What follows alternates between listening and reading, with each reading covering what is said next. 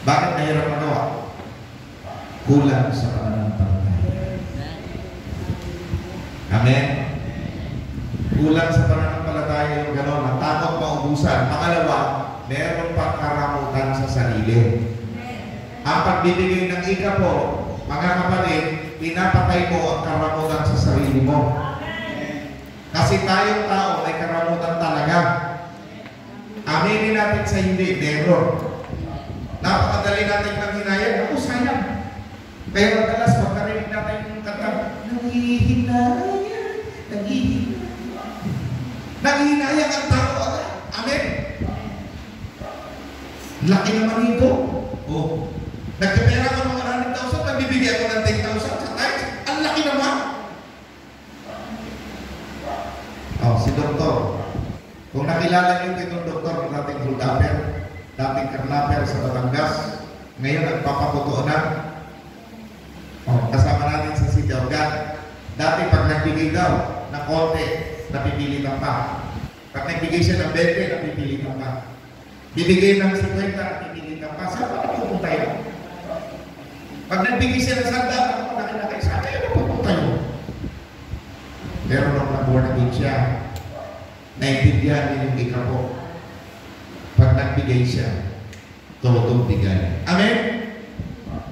At nung natutunan niya magtodo bigay, kahit ang panahon ng pandemic, hindi siya nawawala ng kontrata bilang doktor, dintes, mga ayos ng ngipin, umita ng malaki.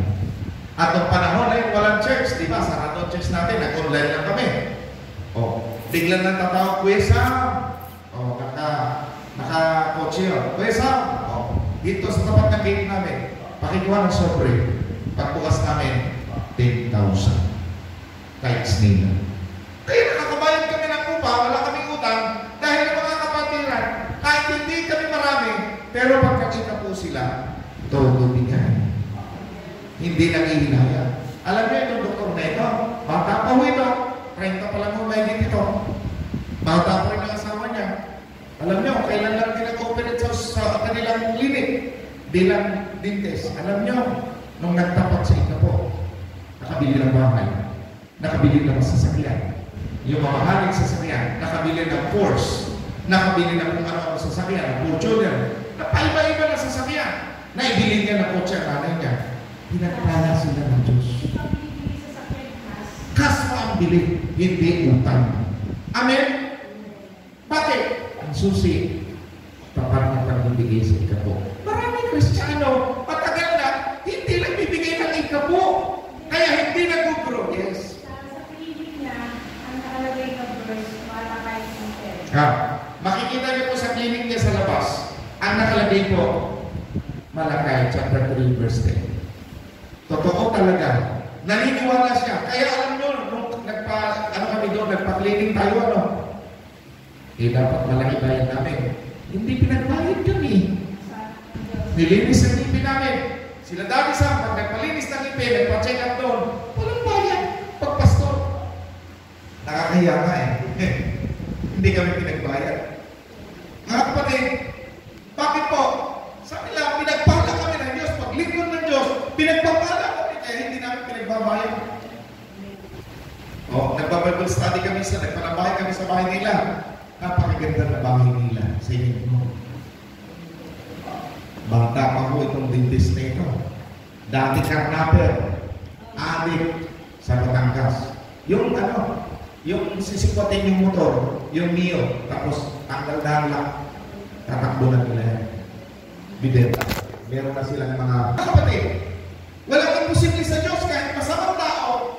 Pero pag binago ng Diyos, pwede palang yumaman. Palampakan natin ng Diyos. Kaya, ang yaman, ang pagunan ng isang tao, huwag natin iasa sa iba. Sarili natin, gawin ang kalooban ng Diyos at ikaw ang makikinabang. Makikinabang ka, pati ang pamilya mo, kayong lahat, pagpapalain ng Panginoon. Palampakan natin ang ating Diyos. Kaya, paragan na natin ng Diyos sa pagitan ng ating kayawanan. Mayaman ka ba ngayon sa mananampalataya? Sumunod ka sa Diyos. Huwag kang matakot. Mawalan. Amen? Huwag kang matakot. Ito, hindi nagpatotoo. Ito kapatid na, for the glory of God, huwag kang mag-apogi ha. For the glory of God lang. Sa kapurihan ay sa Diyos. Di ba wala ka ng buhay si Pogi? Bulat. Paminsan-minsan, makapag-massage. Paminsan-minsan tawagan once a week, once a month. Ganun po sila. Pero kita nyo, hindi pinabayaan ng Diyos. Nakapagluto, nakapagsain sila. Nakakain. Nandun pang asong 3, nakikisalo pa sa kanila. Hindi ko na dala ng pagkain yung aso. Pati si Pogi nagpapakain. Ba't hindi sila nakapusap? Anong sekreto? Nagtatay si Pogi, nagtatanim ng bingin. Naglalagay pa. Sabi ko, baka wala ka na. O, nagbibigay din ang tatakot. Para nagpalataya yun sa Diyos. Ginagawa ko naman. Blessing, blessing upon blessing. Amen? O, huwag kang matakot. Pag ikaw ay sumunod sa Diyos, may pananampalataya ka. Sumunod ka at ang Diyos ang bahala sa iyo. Palakpakan natin ang ating Diyos na bahala. Oh, pag nagbigay pa kayo sa Diyos pangatlo, at mula sa iyong pinakamainam na ani, siya ay iyo rin handugan. Pinakamainam. Sabihin natin pinakamainam. Kaya pag nagbigay po tayo ng 20 pesos, 50, 100, magkano ang binibigay nyo? 500, 1,000, magkano man yung blessing na binibigay nyo sa Diyos? Huwag niyong lubutin. In-advise ko huwag niyong lubutin. Ilagay nyo sa magandang sorry. At Lord, salamat. Pagpipray nyo sa bahay. Lord, salamat po sa blessing na pinagkaloob mo sa akin. Maliit lang ito, o magkano man ito, ibibigay ko po ito sa inyo. Amen? Nakaipit na sa iyong Bible. Magkano mang ibibigay ninyo, dapat parang plansado. Amen po ba? Kasi, minsan, dati may nagbibigay na parang labag sa kalooban. Alam niyo kung bakit? Yung 20 pesos, nakalamukot eh. Kaya, pag bilang ng ang mukha ay nakalamukot ang 20 pesos, kawawa. Ang 20. Amen po ba? Kapatid, bigay natin ang the best. Maganda. Amen po ba? Yung maganda, ako pag nagbibigay, alba may blessing dumating sa akin, pinapili ko yung maluluto. Yung maluluto, pinipili ko. At yung medyo lumano, yun ang aking pinabibili sa rindahan. Yung maluluto, at ilalagay ko sa sobre. Kasi, para kay God yan. Amen po ba? Oo. Dapat gano'n. Kasi, the best yun. Kahit 20 pesos yan, 50 pesos yan, 100 yun. Dahil yun lang talaga ang times mo. Yun lang kakayanan mo. The best yan para kay Lord. Amen po ba? Oo. Siyempre, yun lang ang tinanggap mo. Di yun lang ang itatimes mo. Amen po ba? Dahil kung tumanggap ka ng 100 sa isang linggo, di yun lang 10 piso bibigay mo. The best pa rin yan. Amen po ba? Ang mapagkatiwalaan sa mali, mapagkatiwalaan sa malaki. Ang hindi pagkatiwalaan sa mali, hindi rin pagkatiwalaan sa malaking bagay. Kaya, bigyan natin ang the best sa Lord. Amen po ba? Kung gusto nyo, pagpalain lalo tayo, pagpalain ako, pagpalain kayo lahat, pagpalain ang church natin, lahat tayo. Iikot ang blessing. Dapat gano'n. Amen? Pag pinagpala kayo, pinagpala ako, pinagpala kayo, pinagpala ako, pinagpala kayo lahat.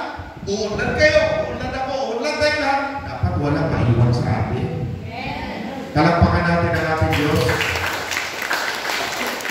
Hindi yung nagpapaunahan, nagpapaligsahan. Hindi gano'n. Hindi tayo nagpapaligsahan. Dapat tulungan tayo. Dapat pag may isang umulad na kapatid, masaya tayo. Huwag natin kaingitan. Amen? Huwag natin kaingitan. Biglang yumaman sila. Alam mo, Kuya Rolly, biglang yumaman. Biglang nagsipag-ulanan. Huwag natin kaingitan. Saan kaya kumuha ng pera yung mga yan?